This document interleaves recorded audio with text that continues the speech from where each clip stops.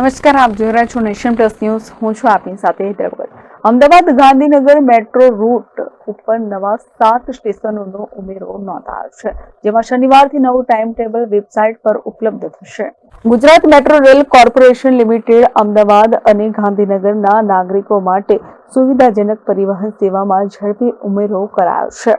Metro train સેવાને મોટેરા સ્ટેશનથી ગાંધીનગરના સચિવાલય સુધી લંબાવવામાં આવી છે. આ સાથે જ આ રૂટ પર મુસાફરીને વધુ સુવિધાજનક બનાવવા માટે 7 નવા આધુનિક સ્ટેશનોનો પણ ઉમેરો કરવામાં આવ્યો છે. આ નવી સુવિધાનો શુભારંભ રવિવાર તારીખ 27 એપ્રિલ 2025થી થશે.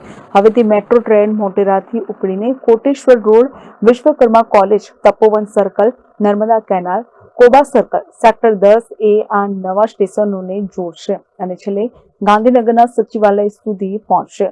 આનાથી અમદાવાદ અને ગાંધીનગરના વિસ્તારો વચ્ચે સીધી અને ઝડપી કનેક્ટિવિટી ઉપલબ્ધ થશે.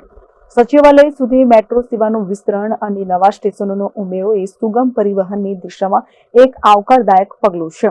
હવે વધુ લોકો મેટ્રો સેવાનો લાભ લઈ શકશે અને ટ્રાફિકની સમસ્યાથી રાહત મેળવી શકશે. આ નવા રૂટ અને સ્ટેશનો પર ટ્રેનના સમયપત્રક વિશે વિગતવાર માહિતી વેબસાઇટ પર આપેલી છે, જેમાં શનિવારથી ઉપલબ્ધ થશે.